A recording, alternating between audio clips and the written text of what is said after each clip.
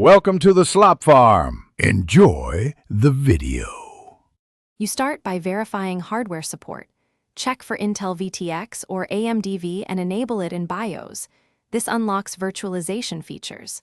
Next, decide resources, how many cores, RAM, and disk to allocate, and leave 10 to 20% for the host. Once done, download the hypervisor installer and the guest OS ISO so you can create the VM.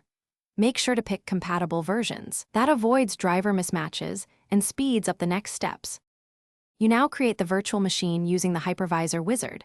Point it to the ISO, select UEFI or BIOS, and set the boot order so the installer runs first. Next, configure networking depending on your goal, NAT for simple internet access, bridged for LAN presence, or host-only for isolated testing. Then attach a virtual disk and choose thin or thick provisioning.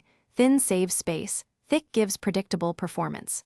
Finally, enable snapshots and a backup schedule so you can revert changes if needed.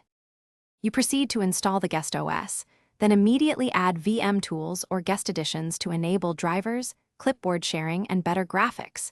This improves performance and usability. Once installed, finalize settings, enable or pass-through virtualization features, set shared folders, and tune CPU or RAM based on observed load. If something fails, first enable detailed logs, confirm virtualization is still enabled in BIOS, and update the hypervisor plus guest.